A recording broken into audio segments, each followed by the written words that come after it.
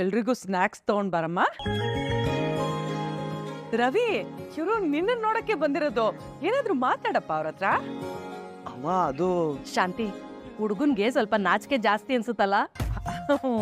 ನನ್ ಮಗ ಅಲ್ವಾ, ಸ್ವಲ್ಪ ಹಾಗೆ ಅವನು. ಹೌದೌದು, ಹುಡುಗನ್ಗೆ ಸ್ವಲ್ಪ ನಾಚಿಕೆ ಸ್ವಭಾವ, ಯಾರತ್ರನೂ ಮಾತಾಡಲ್ಲ. ಅದ್ರಲ್ಲೂ ಹುಡುಗಿಯರ್ನ ಕಂಡ್ರೆ 10 ಹೆಜ್ಜೆ ಹಿಂದೆ ಹೋಗ್ಬಿಡ್ತಾನೆ ಅಲ್ವೇನೆ ಶಾಂತಿ?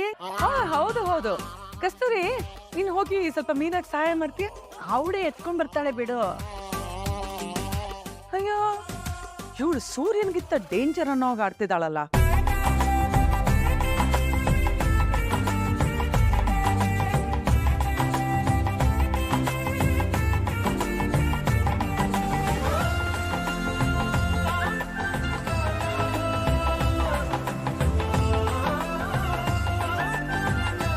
ಏನಮ್ಮ, ಮೆಣಸಿಕಾಯಿ ಬಜ್ಜಿ ಇಲ್ವಾ?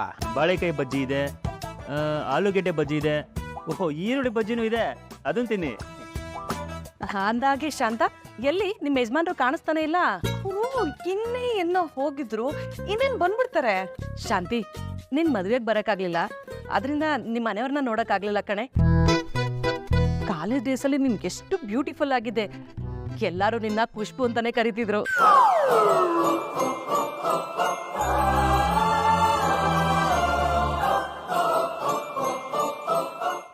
ಖುಷ್ಬು ಅಂತೆ ಖುಷ್ಬು. ಮೊನ್ನೆ ತಿಂದು ಮಿಕ್ಕೋಗಿರೋ ಕುಷ್ಕಾ ತರ ಇದ್ದಾರೆ.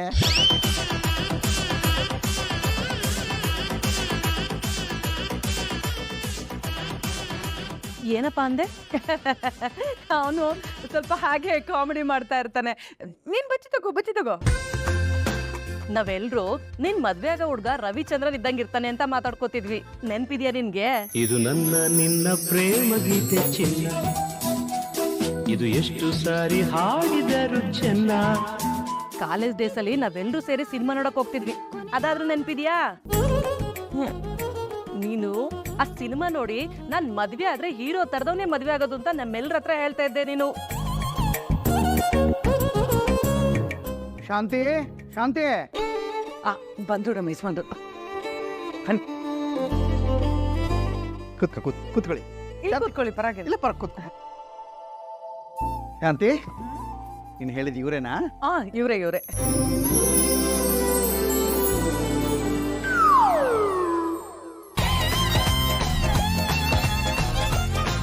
ಇವರೇ ನಮ್ಮ ಮನೆಯವರು.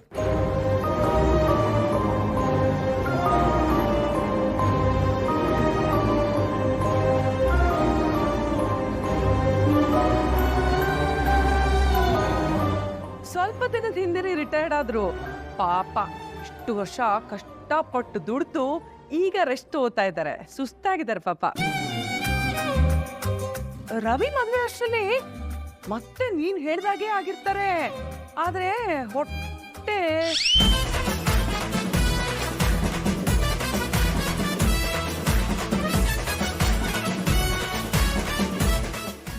ಮನೋಜ, ಈ ಹೊಟ್ಟೆಗೇನೋ ಬರುತ್ತಲ್ಲ, ಅದಕ್ಕೇನಂತಾರೋ? ಏನದು? ಗ್ಯಾಸ್ಟ್ರಿಕಾ? ಅಲ್ಲ ಕಣೋ, ಈ ಸಲ್ಮಾನ್ ಖಾನ್ ಸಿನಿಮಾದಲ್ಲಿ 10 ಸಲ ತೋರಿಸ್ತಾನಲ್ಲ ಅದು. ಓ, 6 ಪ್ಯಾಕಾ? ಅದೇ ಈ ರವಿ ಮದುವೆ ಅಷ್ಟರಲ್ಲಿ ನಮ್ಮ ಮನೆಯವ್ರಿಗೆ 6 ಪ್ಯಾಕ್ ಬರುತ್ತೆ, ನೋಡ್ತಾ ಇರೋ. ಅಬ್ಬೋ, ಏನಪ್ಪ ಇದು? ನಿನಗೆ 6 ಪ್ಯಾಕ್ಸ್ ಇತ್ತೇನಪ್ಪ?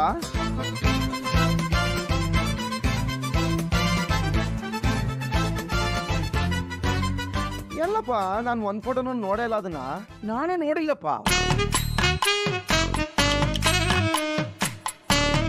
ಏನ್ ಹೇಳ್ತಾ ಇದೀಯ ಶಾಂತಿ ನೀನು? ಅಯ್ಯೋ, ಇವ್ರಿಗೆ ತುಂಬಾ ಮರವಿಪ್ಪ, ಎಲ್ಲ ಮರ್ತೋಗ್ತೀರ ನೀವು.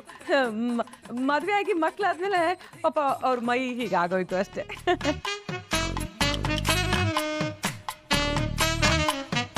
ಹಂಗಂದ್ರೆ ನಮ್ಮ 3 ಜನನ ಹೊತ್ತಿದ್ದು ಸಕ್ಕರೆ ಅಲ್ಲಪ್ಪ. ಅಯ್ಯೋ ನೀನಾ? ಅಪ್ಪ, ಏನಪ್ಪ ನೀನು ಎಷ್ಟು ಕಷ್ಟಪಟ್ಟಿದ್ಯಪ್ಪ.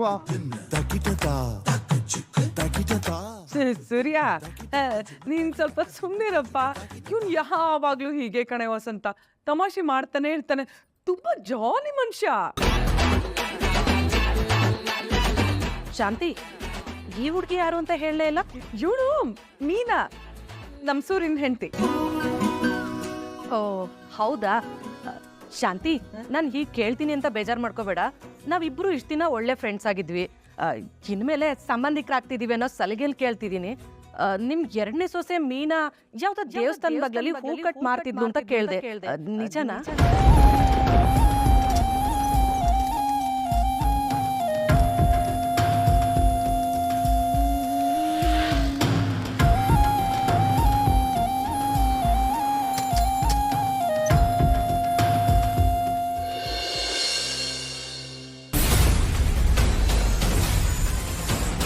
ತಗೋ ಗನ್ನ take it, it's for you. ನನ್ಗೆ ಬೇಡ, ತಗೋ ಶ್ರುತಿ, ನಂಗಿದ್ ಬೇಡ. ಹಿಡ್ಕೋ Don't want me. ಹಿಡ್ಕೋ ಹಿಡ್ಕೋ ಬೇಡ, ನಂಗೆ ಇಷ್ಟ ಆಗಲ್ಲ. ಹಿಡ್ಕೋ ಶ್ರುತಿ. Please, ಬೇಡ ತಗೋ ಅಂತ ಹೇಳ್ದೆ ಇಂತಾನೆ. ತಗೋ ಬೇಡ ಅಂತ ಹೇಳ್ತಾ ಇದ್ದೀನಿ ತಾನೇ ನಾನು. ತಗೋ ಹಿಡ್ಕೋ. ಬೇಡ.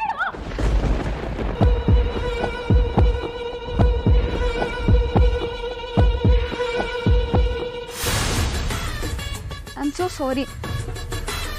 I'm so sorry. ಗೊತ್ತಿಲ್ಲದೆ ಆಯ್ತು. ನನಗೆ ಗೊತ್ತಿಲ್ಲದೆ ನಾನು ಪುಷ್ ಮಾಡಿದ್ದು. It was my mistake. I am so sorry. ನಾನು ಸಾರಿ ಕೇಳ್ತಾ ಇದ್ದೀನಿ ತಾನೆ. Please don't shoot. ಹೆದರ್ಕೊಂಡ ಡೂಪ್ಲಿಕೇಟು, ಸುಮ್ಮನೆ ಹೆದರ್ಸ್ದೆ. ವೆಟ್ ಇಟ್ಟು ಬಂದ್ಬಿಡ್ತೀನಿ.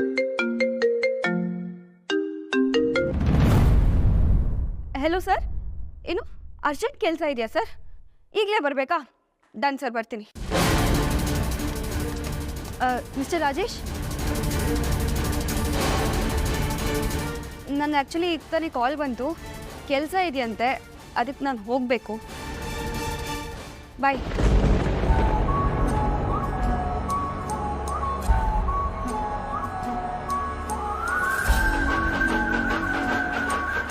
I'm lucky. She's so cute.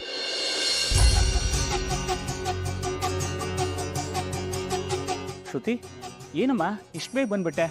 ಮಾತಾಡಿದ್ದೆಲ್ಲ ಆಯ್ತಾ? ರಾಜಲ್ಲಿ ಅವರು ಮೇಲ್ಗಡೆ ಇದ್ದಾರೆ. ಆಡೋ ವಯಸ್ಸಲ್ಲಿ ನಿನ್ನಿಂದ ತಪ್ಪಿಸ್ಕೋಬೇಕು ಅಂತ ಓಡ್ತಿದ್ದ. ಈಗಲೂ ಹಾಗೆ ತಪ್ಪಿಸ್ಕೋಬೇಕು ಅಂತ ಓಡಾಡ್ತಿದ್ದಾನ. ಅಪ್ಪ, ನಾನು ಹೊರಡ್ತೀನಿ. ಎಲ್ಲಿಗೆ? ಸ್ಟುಡಿಯೋಗೆ ಅಪ್ಪ. ಡಬ್ಬಿಂಗ್ ಇದೆ, ಅರ್ಜೆಂಟಾಗಿ ಬನ್ನಿ ಅಂತ ಫೋನ್ ಮಾಡಿದ್ರು. ನಾನು ಹೋಗಬೇಕು. ಏನಮ್ಮ ಇದು?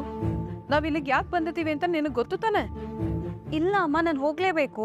ಯಾವ ಸ್ಟುಡಿಯೋನಮ್ಮ ಅದು? ನಾನು ಫೋನ್ ಮಾಡಿ ಅವಳಿಗೆ ಬರೋಕ್ಕಾಗಲ್ಲ ಅಂತ ಅವ್ರಿಗೆ ಅರ್ಥ ಆಗುವಂಗೆ ಹೇಳ. ನಾನು ಬರ್ತೀನಿ ಅಂತ ಅವ್ರಿಗೆ ಹೇಳಿದೆ ಅಂಕಲ್. ನನ್ನ ಮಾತು ಪ್ರಕಾರ ನಾನು ನಡ್ಕೋಬೇಕಲ್ವಾ? Very good. ನಾನು ನಿನ್ನ ಹಾಗೆ ಕೊಟ್ಟು ಮಾತಿಗೆ ನಡ್ಕೋತೀನಿ. ನೀನು ಹೋಗ್ಬಾ. Thank you uncle. ಅಲ್ಲ ಕಾಳಿದಾಸ, ಅವಳು ಹೋದರೆ ಮದುವೆ ವಿಷಯ ಹೇಗೆ? ವಾಸುದೇವ್, ನಮಗೆ ಶ್ರುತಿನ ನೋಡಬೇಕು ಅಂತ ಇತ್ತು, ನೋಡಿದ್ದಾಯ್ತು. ಈಗ ಅವಳು ಕೆಲಸಕ್ಕೆ ಹೋಗ್ತೀನಿ ಅಂತಿದ್ದಾಳೆ. ಹೋಗ್ಲಿ ಬಿಡು, ಮದುವೆ ವಿಷಯನ ನಾವು ಮಾತಾಡೋಣ. ನೀನು ಹೋಗ್ಬಾಮ್ಮ. ಓಕೆ ಅಂಕಲ್, ಬಾಯ್. ಬರ್ತೀನಿ ಆಂಟಿ, ಬಾಯ್.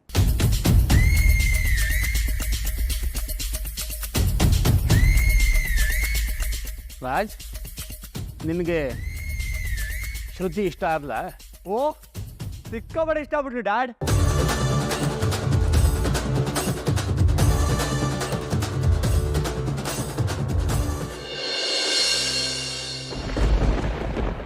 ಹೂ ಮಾರೋದು ಅಂದ್ರೆ ಚಿಕ್ಕ ಅಂಗಡಿ ಅಲ್ಲ, ಹೂವಿನ ದೊಡ್ಡ ಬಿಸ್ನೆಸ್, ದೊಡ್ಡ ಅಂಗಡಿ. ಅದನ್ನ ನಿಂಗೆ ಹೆಂಗ್ ಕೇಳಲಿ? ಹೂವಿಂದು ಹೋಲ್ಸೇಲ್ ಡೀಲರ್ ಇವರು. ಅಯ್ಯೋ, ಚೆನ್ನಾಗಿ ಸಂಪಾದನೆ ಮಾಡ್ತಾರೆ. ಜೀವನಕ್ಕೆ ಏನು ತೊಂದರೆ ಇಲ್ಲಪ್ಪ.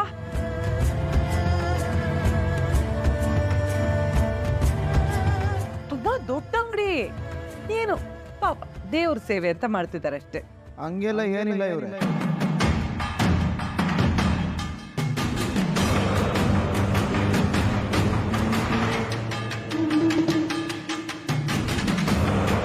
ಹಲೋ ಸಕ್ರೆ, ಸುಳ್ಳು ಹೇಳಬೇಕು, ಆದರೆ ಸುಳ್ಳಿನ ಕೋಟೆನೇ ಕಟ್ಟಬಾರ್ದು. ಸೂರ್ಯ, ಏನು ಹೇಳ್ತಿದ್ಯಪ್ಪ? ಅಪ್ಪ, ನೀನೇ ಕೇಳಿಸ್ಕೊಂಡಿಲ್ಲ ಇವ್ರು ಏನೇನೆಲ್ಲ ಹೇಳ್ತಾ ಇದಾರೆ ಅಂತ. ಇಲ್ಲಿ ನಿಂತಿದ್ದಾನಲ್ಲ ಪೆಂಗ್ಯ, ಇವನು ಕಾರ್ ಕಂಪ್ನಿ ಪಾರ್ಟ್ನರ್ ಅಂತೆ. ಇವನು ಫಾರಿನಲ್ಲಿ ಓದ್ಕೊಂಡ್ ಬಂದಿದ್ದಾನಂತೆ, ನಾನು ಕಾರ್ ಆಪರೇಟರ್ ಅಂತೆ. ಏನೇನೆಲ್ಲ ಸುಳ್ಳು ಹೇಳ್ತಾರ ನೋಡಪ್ಪ. ಹಂಗೆಲ್ಲ ಅಂದ್ರೆ ಏನು ಅಂತಾನೆ ನನಗೆ ಗೊತ್ತಿಲ್ಲಪ್ಪ.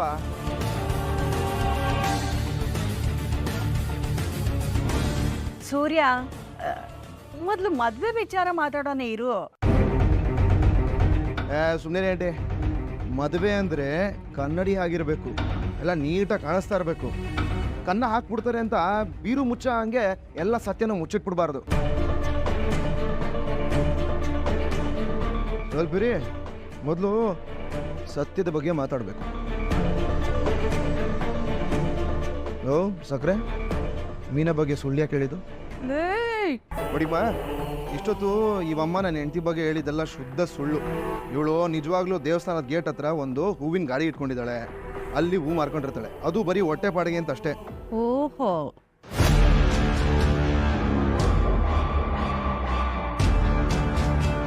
ಆದ್ರೆ ಹೂ ಮಾರೋದು ಒಂದ್ ಚಿಕ್ಕ ಕೆಲ್ಸ ಅಲ್ಲ, ಅದೊಂದ್ ಕಲೆ. ಈಗಿನ ಕಾಲದಲ್ಲಿ ಎಷ್ಟೋ ಜನ ಹುಡುಗಿರ್ಗೆ ಅದನ್ನ ಕಟ್ಟೋದಿರ್ಲಿ ಮುಡ್ಕೊಳ್ಳೋದಕ್ಕೂ ಬರಲ್ಲ. ಕಣ್ಣು ಮುಚ್ಕೊಂಡು ಹೂ ಕಟ್ತಾಳೆ, ನಾನೇ ನೋಡಿದ್ದೀನಿ. ಸಾಕತ್ತಾಗಿ ಕಟ್ತಾಳೆ, ಒಳ್ಳೆ ಟ್ಯಾಲೆಂಟೆಡ್ ಹುಡುಗಿ. ಅದನ್ನ ಹೇಳ್ಕೊಳ್ಳೋದಕ್ಕೆ ನನಗೇನು ಬೇಜಾರಿಲ್ಲ. ನಿಯತ್ತಾಗಿ ದುಡಿತಾಳೆ. ಹೌದಮ್ಮ, ಮಾಡೋ ಕೆಲಸದ ಬಗ್ಗೆ ಹೇಳ್ಕೊಂಡ್ರೆ ತಪ್ಪೇನು?